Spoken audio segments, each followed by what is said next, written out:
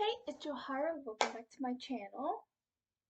So I'm going to do a book review. I haven't done one in a little while because I was reading a lot of books that I have already read. I think I did reviews on some of those though because most of these books I read before I started my YouTube channel, so booktube channel, whatever. Um, but still, and then I was in a reading slump for a little bit, and then I was so busy with so much overtime at work that I didn't have time to read as much, which made me sad. But overtime's over. I have a lot more free time. Yay. So more reading, and thanks to that, I finally finished the book that I currently reading, The Exile of Shade and Shadow. Take a look. This book was so amazing, as you can tell since I tapped it quite a bit. But I couldn't help it. There were just so many scenes that I loved, and um, so this book is based after this great war, and it's supposed to be over. But Astra, one of the main characters, doesn't believe that. She thinks that the person who is supposed to be dead, who caused the Great War in the first place, is still alive. And not to mention, she ends up getting exiled, considering it's called The Exiled of Shade and Shadow. But and she ends up having to go to where the other main character lives, Luco. Sorry if I'm pronouncing his name wrong. Um and they end up getting close, and I love their relationship. It's so amazing, and it's probably one of my favorite parts of this book, but it's not my only favorite part. I have so many there's so many reasons why this book is just amazing. But anyways, Luco ends up getting banished as well. Well, I guess he doesn't technically get banished or exiled. But he has to flee, is the point. And because his father turns up dead, and then everyone blames him and his brother, and it's just this big mess. And Astra left a little bit before that, and then she ends up finding them again, and it does everything in her power to help Luco. I wouldn't necessarily say she doesn't really care about the other people, but she has issues with them, especially Keisha and Mariah, who are Luco's brother and sister, because of the way they treat him, especially Mariah. She treats him as bad as his father because he deals with a lot of abuse. I'm pretty sure it's all mental. I don't think. Actually, no, it's not, because there are a few times that Oma, however you pronounce the name, hit Luco. So yeah, it's physical and mental abuse, but a little bit more on the mental side. But yeah, still bad either way. And yeah, and not to mention, Astra has a lot of trauma from the war because she was tortured by this person who turns out to be an old mentor of Lugo's before he turned out to be all evil and whatnot. So that was fun. But Astra doesn't hold that against him because he was just a kid, and obviously he would hold on to the one person that actually showed him affection since no one else in his life ever did. Not to mention, his dad and sister both blame him for his mother's death because she died moments after he was born, but just because if someone dies of childbirth, it doesn't make it the child's fault. Sometimes there's just complications and things happen that is out of anyone's control. I feel so bad for Luco. He doesn't deserve all this. And neither does Astra. They are both such amazing characters, and I love following them both, which made me happy because I know that one series I mentioned, Stormmaker trilogy. The first book followed Dorothea, which I didn't actually like her at first, but she grew on me, and so did Kato, who was another main character, but it never really followed him. It only followed Dorothea. Um, but they both grew on me. But the other character that was on, Rexy, she did grow on me a tiny bit, but I still got very annoyed with her very easily. Second book, they decided to have it follow her, which made me sad because I didn't like her. Not to mention that she kind of went back to her old roots from before I even started liking her just a tad more, and she was just so annoying to follow. And the third book followed both of them. It went from like one chapter followed Dorothea, one chapter Rexy, and I was like, just skip the Rexy parts and go back to the Dorothea parts. Like that's who I care about following. There were a few Rexy points that I like to follow. Like I liked her relationship with that one guy. I can't remember his name now. Mordred. Yeah, Mordred. But and I liked how she would do anything to help Dorothea and Kato from where they were, because they were separated. But for the most part, I didn't really like following her. And but on here, I loved both characters, so I was happy to follow either one. Um, I would say Astra is my favorite character, but Luco is a close second, like really close second. Um, but yeah, so they both have troubled past, they both have issues, they both have trust issues, they both have abandonment issues, and they to watch them learn to trust each other and stuff is just amazing. And oh my gosh, when Astra got captured at okay, spoilers, which you should probably already figured. I can remember, but say spoilers before I really get dive deep into these books. But oh well. Um, well, you should guess that it's probably spoilery because I don't ever put spoiler free in the title because they are very spoil. I can't speak today. They are very spoilery. All my reviews are. But anyways, I uh when Astra got captured near the end and Luco got all oh my gosh he got so frantic. He woke up like 2 days later because he went unconscious from the whole debacle, and then he started freaking out. He was like, "Where's Astra? I need to get to her. I can't lose her. I can't just leave her." And I was like, "Oh my gosh, they he cares about her so much," which I love because he he tries to stay away from you. He tries not to care because he only ever gets hurt, but he cares so much about Astra and he can't lose her. He can't leave her, and it makes my heart just soar because I like, oh my gosh, I live for this relationship. I mean, it's just amazing, and I just love how is willing to do anything for her. But um, Astra from the very beginning kept thinking Kaden was Tyrant, and she turned out to be right, and she's always right. It seems like, but she also thought something was up with Mariah, and Luco kind of agreed with her. It turns out she was working with Tyrant, and so yeah, and, and I think, but at the same time, I'm all confused about that whole situation. Like, why would she work with Tyron if she wants something bad to happen to Luco? Because Tyron would never hurt Luco. He, despite his flaws and everything he has done, one person he does care about is Tyron, which or is Tyron is Luco, which is funny because he also wants to hurt Astra, who Luco cares about. So it's like, what? Why would you hurt someone you care about? Like, okay, well, he's a complex character. They all are. But I tapped so many scenes between the two of them just talking and opening up to each other in sweet scenes.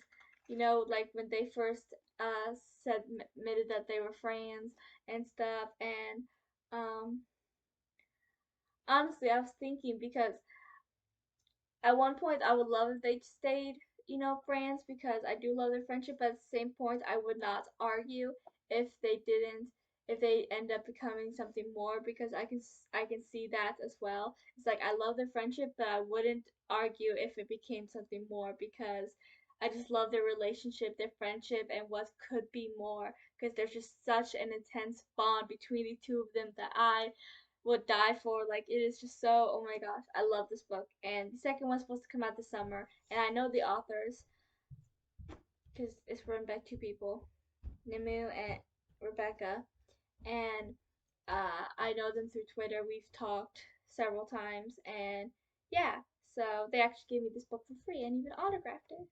It says, "Hope you enjoy Rebecca and Nimu," which is sweet because I've never actually had an autographed book, and I love that they autographed it for me. So thank you both if you end up watching this video, which I'll be posting on Twitter, so maybe.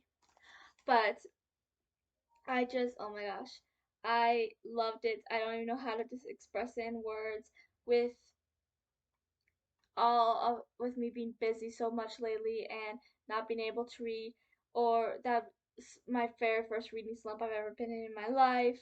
Right before that, I it feels like it's been a little while since I enjoyed a book this much, a new book at least, not including one of the rereads that I love reading again, but out of new books. And so I thank you both for writing this magnificent story because I just loved it and I got so deep into it. I felt like I was in there with the best feeling in the world and I loved it.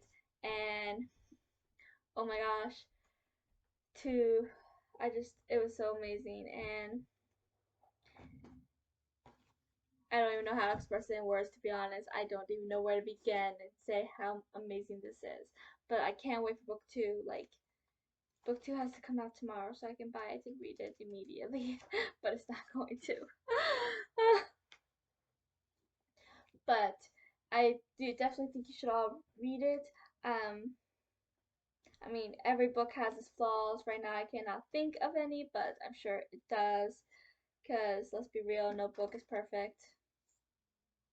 Which it's a lie because I there's nothing wrong with Secret by Aaron Hunter, which you should all know by now. I'm obsessed with that series.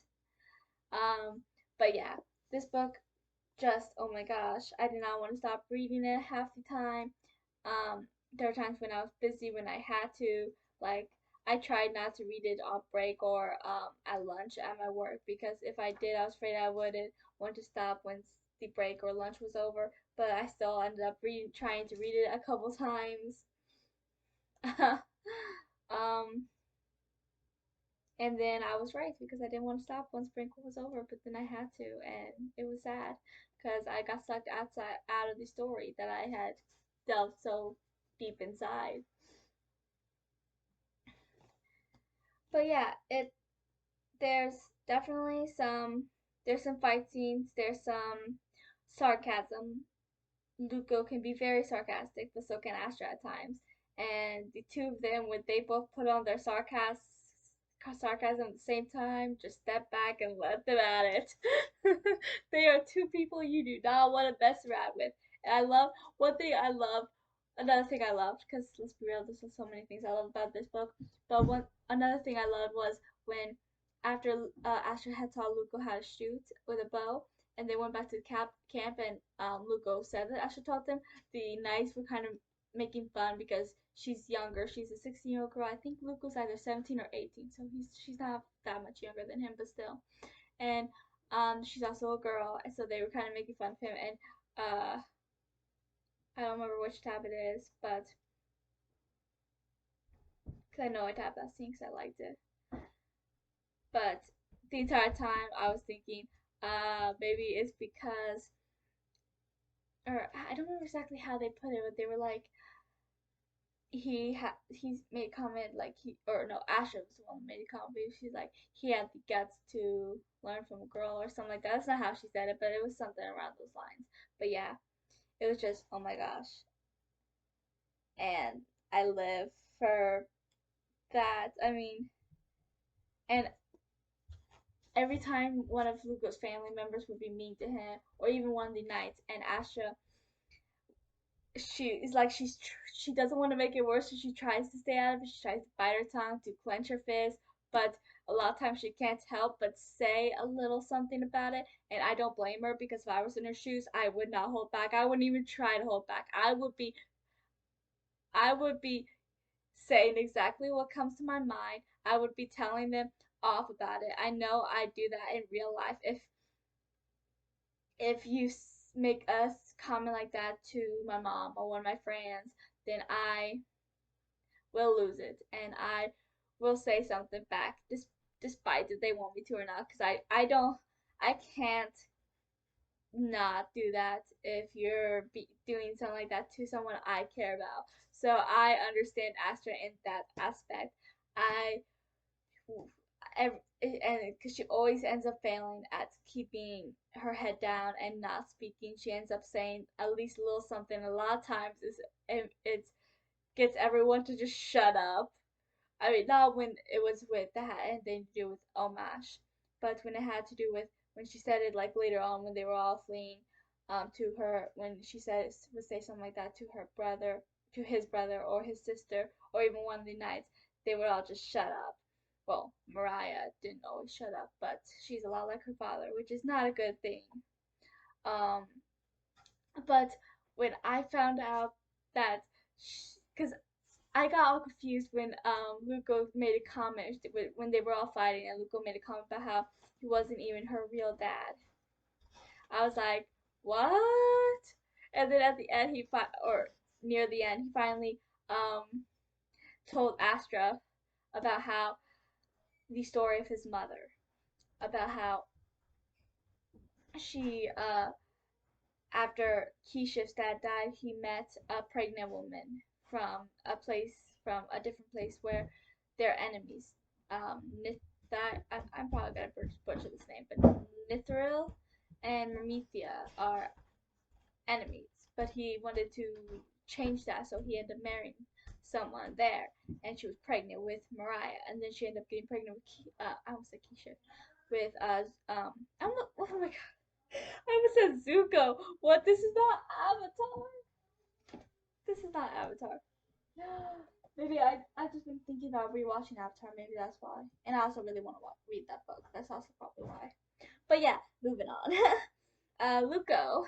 Well, their names also rhyme. That might have something to do with them. And I actually see a lot of similarities in the characters. But moving on, Luco. That's the name I was talking about.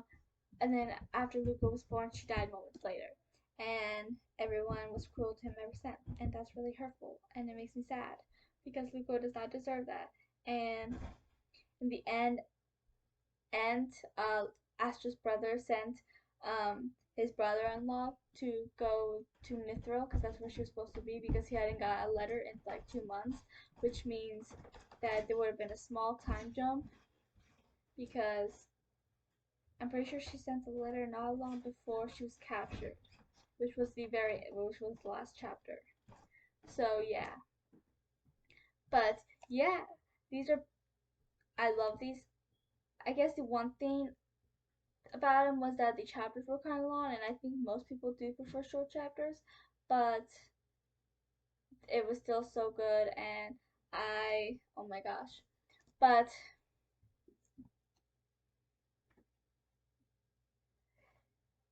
there's just so many amazing things. I'm not gonna be able to think of all of them right now, especially the ones that I loved at the beginning. Like what was like,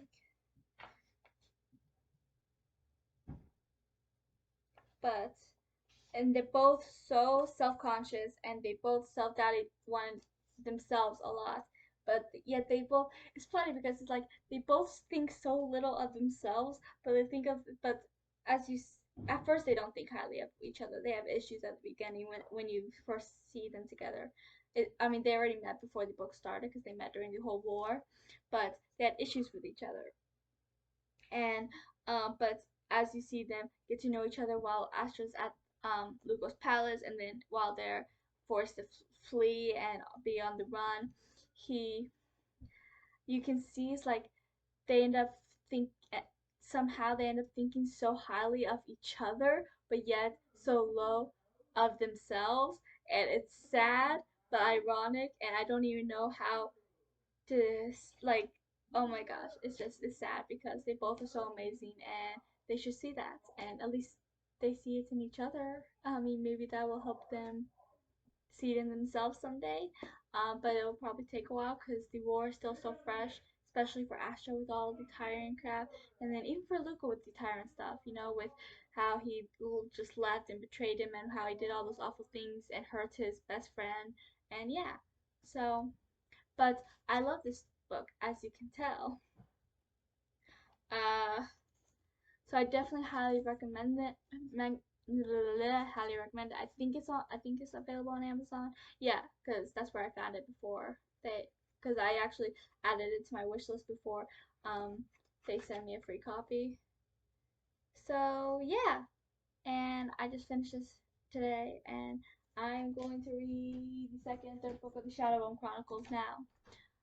So yeah, and when I was doing my organizing bookshelf, I forgot to find a place for this because I was currently reading it at the time, and then I made my predicting 5-star reads, and I was going to do on that one, but I don't think I did. But I think I found a place for it right here at the because how I explained how I did my bookshelves in the organizing bookshelf video was this one are the books that have some sort of connection with a movie, like books that have a movie adaptation or something like that, and then or TV series or whatever. But then here are books that don't. Then there's my Aaron Hunter shelf, and then I have a charm shelf just because they're tiny. That shelf is kind of narrow, and there's a lot of them, so they kind of just go there by themselves. Um, But yeah, so I'm definitely gonna be putting this with the ones without adaptation, obviously, since they do not have an adaptation. But I decided to put them at the start of the shelf because it's just amazing. Which means if I do that, I'm probably gonna have to move some books further down to make room for the sequels and stuff. Because I have no idea how many there are going to be. But yeah, so I'm probably gonna do that later because I don't need to right now, not until the second book actually, uh, comes out because I'll probably be buying that as soon as it comes out. And since I know the authors, maybe I can figure out exactly the date if they even know yet. So I will. So please like and subscribe and comment if you've read this book, if you want to read this book, because if you do, you should. If you don't, well, you should anyways. So I will talk to you guys later, and that's it for now. So see ya.